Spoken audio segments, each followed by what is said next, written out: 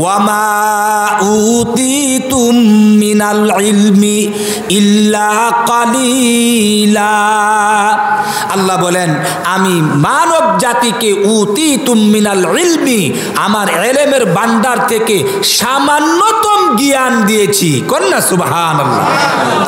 এই আয়াতের ব্যাখ্যায় বলা হয়েছে প্রশান্ত মহাসাগরের মধ্যে সোনামুখী সুই যদি ফেলে দেওয়া হয়, ওই সুইয়ের মাথায় সাগর থেকে যে পরিমাণ পানি আসবে, ওই পানিটা যেমন সাগরের পানির তুলনায় কিছুই না, ঠিক তেমনি ভাবে আল্লাহর ইলমের ভান্ডার থেকে এই পৃথিবীতে যে ইলম দেওয়া হয়েছে, সৃষ্টির সূচনা কাল থেকে নিয়ে কিয়ামত পর্যন্ত যত মানুষ পৃথিবীর মধ্যে আসবে, অতীতে যত মানুষ ছিলেন, বর্তমানে যত মানুষ আছে, সকল মানুষের সমন্বয়ে সকল বিদ্যা বিদ্যাকে যদি একত্রিত করা হয়, আল্লাহর ইলমের তুলনায় এত সামান্য হবে।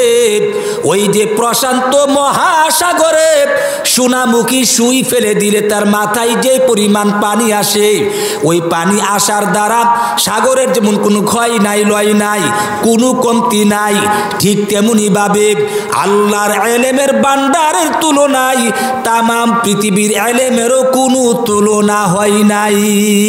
ঠিক না বেঠি? এই জন্য আমার ভাইয়েরা, আমাদের ইলমটাই সামান্যতম জ্ঞান। এই জন্য মহাকৌশলী মহাজ্ঞানী আহকামুল হাকিমিন, আল্লাহর কোনো একটা সিদ্ধান্ত, কোনো একটা কথা আমাদের এই সামান্যতম জ্ঞান দিয়া না বোঝাটাই স্বাভাবিক। কথা ঠিক না বেঠি? আমাদের বিদ্যা বুদ্ধি আছে কি আর আমরা বুঝবো কি?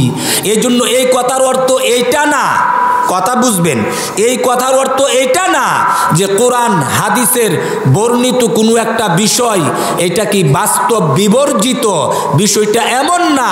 কারণ কোরআনে যা আছে সব বিজ্ঞানময়, সব বাস্তবসম্মত।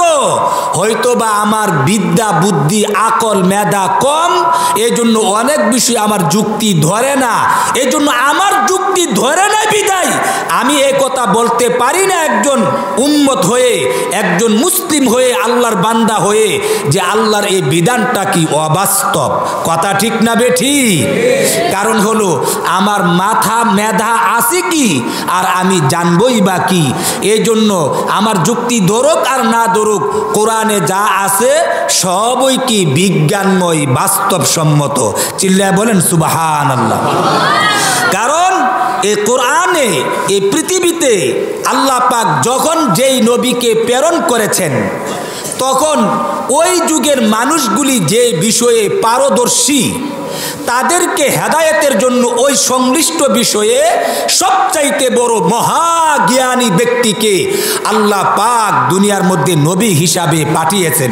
কন্যা সুবহানাল্লাহ। যেমন দাউদ আলাইহিস সালাতু ওয়াস সালামের জমানার মধ্যে ওই যুগের মানুষগুলি সুরের পাগল ছিল। যার যত বেশি সুর ছিল, কণ্ঠ ভালো ছিল, তার প্রতি মানুষ ধাবিত হতো, তার সম্মান মর্যাদা সবার ঊর্ধ্বে ছিল।